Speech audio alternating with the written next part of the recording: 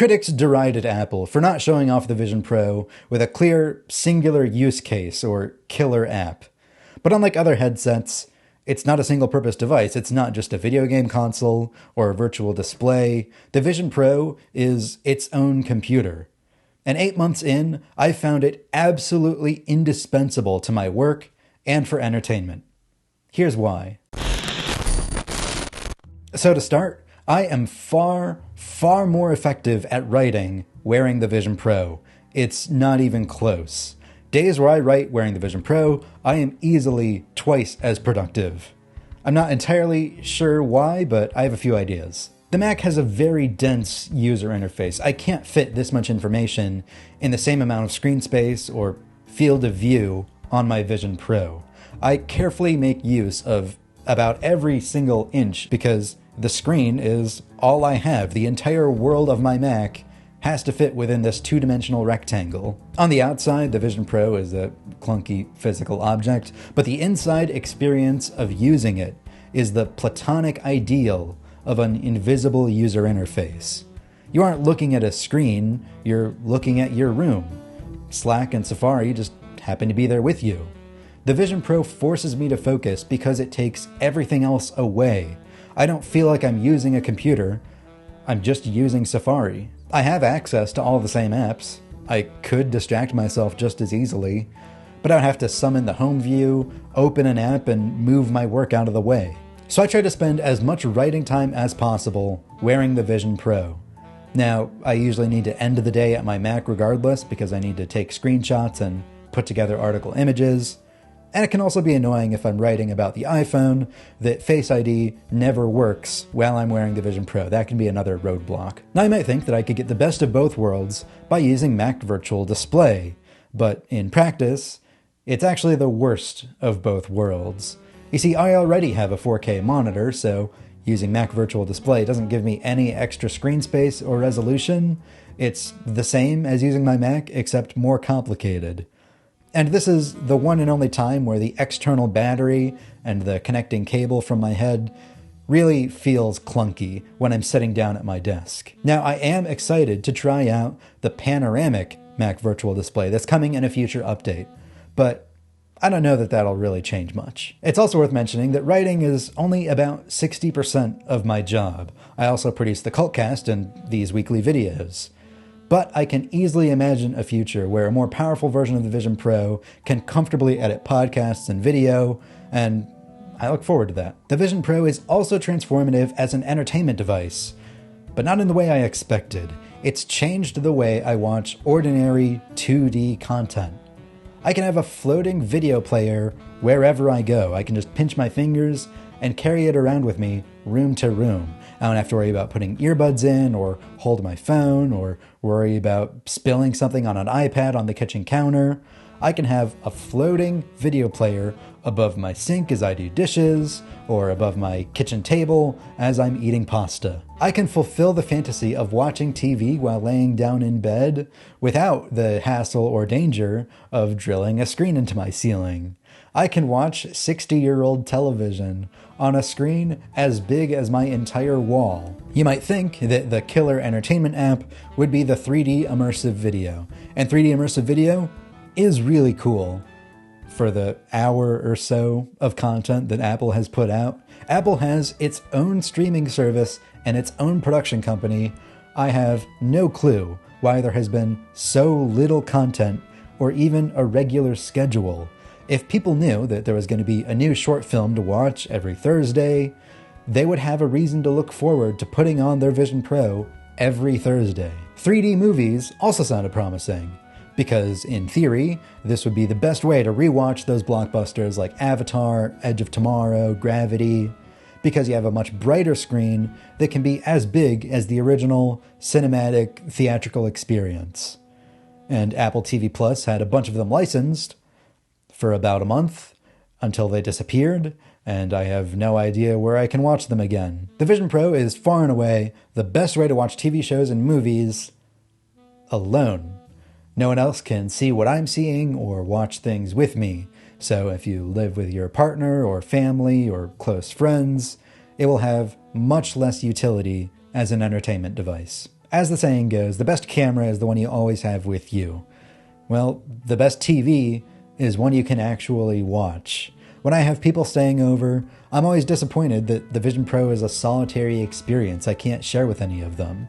It's like if you have the best video game console in the world that can only play single-player games. I can imagine a future vision-based product that's closer to regular glasses. They would be smaller and lighter weight and less powerful, but comfortable enough to wear casually around the house. And they could enable 2 or more people in the same room to see what the other person is doing. The net effect is that it becomes a shared experience, just as easily as I can turn my phone around to show someone else a funny video.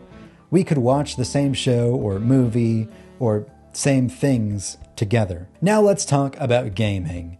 Big companies aren't going to put tens of thousands of developer hours into a product that only a few thousand people might play. The economics of that just don't work out. So aside from the odd one out like What If, all the games on the Vision Pro are going to be ports of old games or independent hobby projects from people who may or may not even have a real Vision Pro to test their games on. A prime example of this is a game called Zombies AR/VR. The menus are incredibly clunky. The game crashes and needs force quit constantly. All of the zombies are completely identical. If this were an iPhone game, it would be one of those crappy Java games that used to litter the App Store 14 years ago. But the simple fact that it's in augmented reality makes it one of the most terrifying games I have ever played. A friend who's really into zombies was eager to try it out, and in less than a minute, screamed so loud that a dog in the room also freaked out and bit their hand, which I can imagine only elevated the immersion of the experience. I knew that not every big VR game would be ported to the Vision Pro within a year, but I never knew the selection would be quite this sad. There's a few games from Apple Arcade that have been ported to Spatial 3D, but if you've played a lot of Apple Arcade games, you know that their brand of artsy fun isn't exactly what people buy an expensive VR headset to play. I have 2 truly immersive VR games on my Vision Pro. Job Simulator and About by PCalc are both pure VR fun. But neither of them are challenging games with a win condition or a high score. They're more of a playground experience.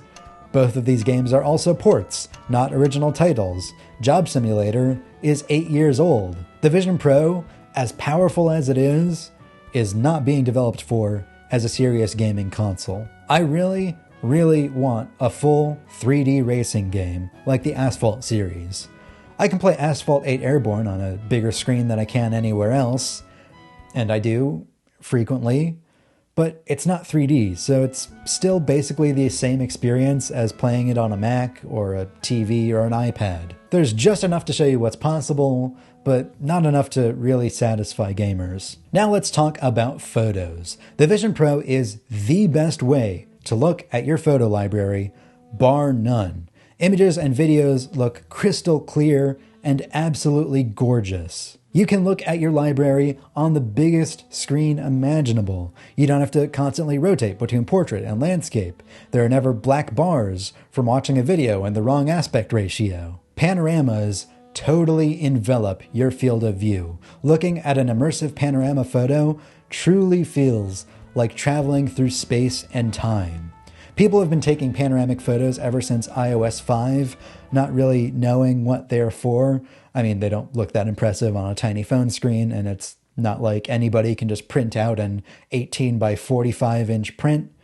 This is what they are for. You need to look at one of your own panoramic photos inside a Vision Pro. If you have children, take a panoramic photo of your kid's bedroom so that in 10 years, you can go back and you will cry. You will cry a lot. Spatial Photos is a new feature of Vision OS 2 that intelligently converts any 2D image into full 3D. It works so well, it's like magic. I have no idea how it happens. But it's another thing that needs to be seen to be believed, because I can't show you how good a 3D effect is through a 2D video. But it's incredible. If you have a carefully curated photo library, you need to look through it on a Vision Pro. I have two accessories that I want to call out. The Comfort Head Strap by Anna Pro has been a total game changer.